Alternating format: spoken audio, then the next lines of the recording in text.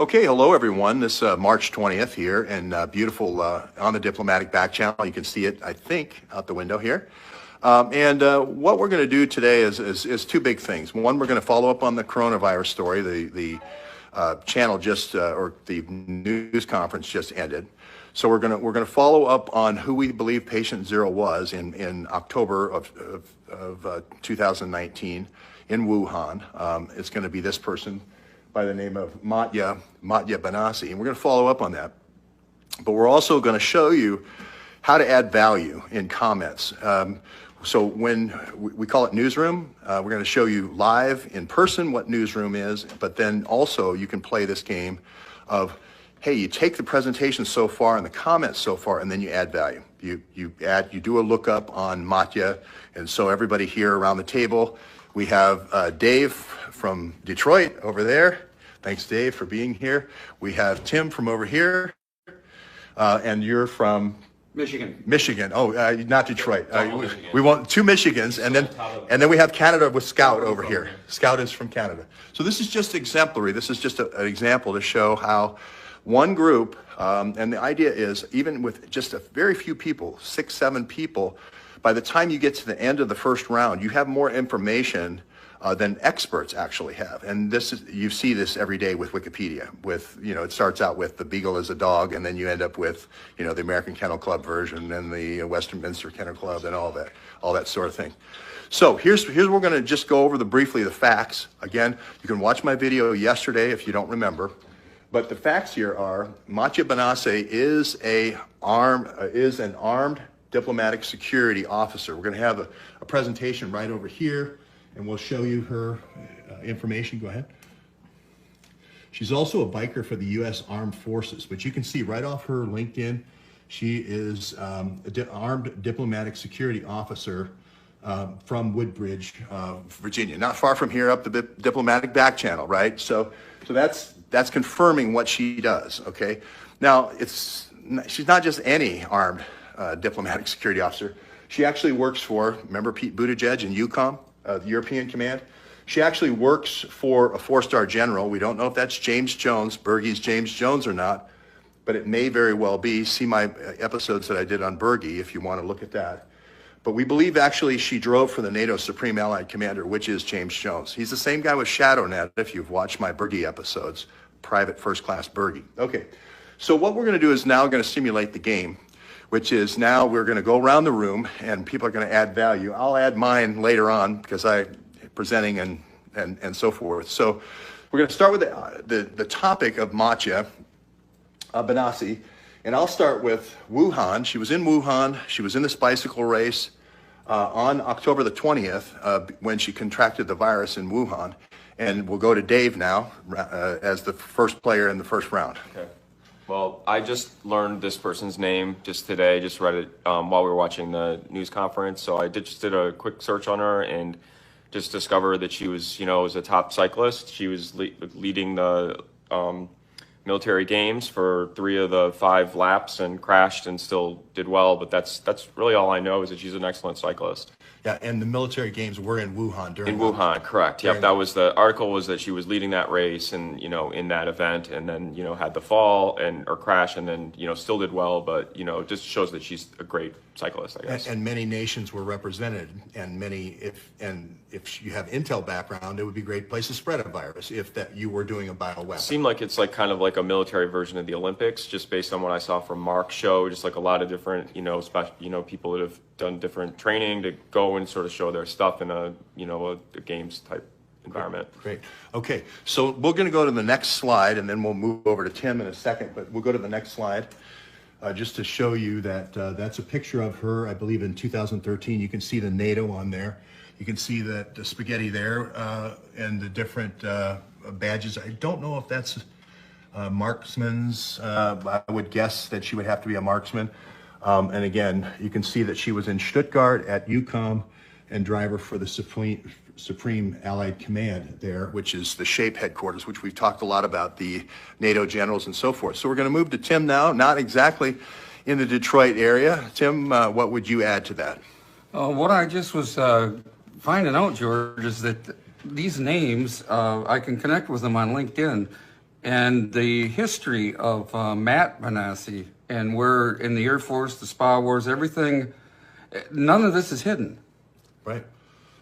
So, but I had never heard the name before, but I've got his picture. I can connect with him. Maybe I could ask him what's going on. Yeah. I mean, well, we're close here in Virginia. There is this second person. I'll go over here to our whiteboard again.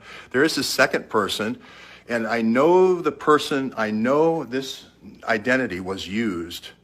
I know this identity was used by Matya. Matya also used this identity of Matt. That's a key linkage point between these two. They're both at Fort Belvoir. The real identity, or the other identity, or the alter identity of Matt is 13 years at Spa War. Now you could see easily, if you're trying to get an intel officer in, Mott, could be, you bring in the cyclist as the cover, and then you bring in the intel officer to do the dirty work, right?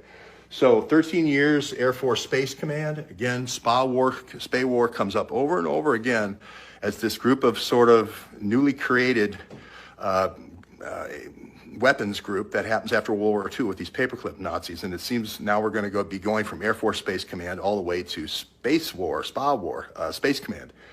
So and then an Army Logistics Command there as well. Now I'll add in another little piece here, which is Benny Benassi. This story has a lot of Benassi, and this story has a lot of Dutch. She's Dutch. She grows up in a Dutch neighborhood in high school, but he's also Dutch, and he's the first coronavirus victim in Holland. So that's quite a coincidence, if you ask me. So are these go ahead. Benassi's deceased? No, they're quite alive. They all survived. He's alive. The event that she cycled in was in the fall last year, I think. Yeah, it was in 2019 October. October 20th, 2019. Yes, they're all still alive. Yes, she's alive. No fatalities here. So finally, we're going to go to Scout here, and from Canada, NATO is being represented. Five Eyes is being represented here from Canada. Don't worry about Canada. So. Well, I would say three victims or people who've contracted the virus with the same last name. That's just improbable. So is this an intelligence code name? And I guess my comment would be, are there not enough Americans to work in the intelligence forces? We've got Fiona Hill at the State Department and a bunch of Dutch people who all have the same last name, who all contracted the virus. Yeah. So, and this is going to go back, again, Mark Kulak reported on this not too long ago. Thank you very much, Scout. Mark Kulak reported on this connection of using diplomatic couriers. Again, we're going to talk about diplomatic immunity, no searches, right? For moving these different biological samples to 29 different places that's doing weapons development. And the weapons development was known as a CBEP. That was a cooperative biological enhancement program, which is a weapons development program, right? So that's the key thing to note here is these CBEPs. This one comes from Tbilisi. This one comes from Tbilisi, Georgia. We can trace the travel of Matya to Tbilisi, Georgia. Now that's important because that means there was couriering going on. Now I'm not saying she knows about it. She may be the cover, she may be the driver, but then Mott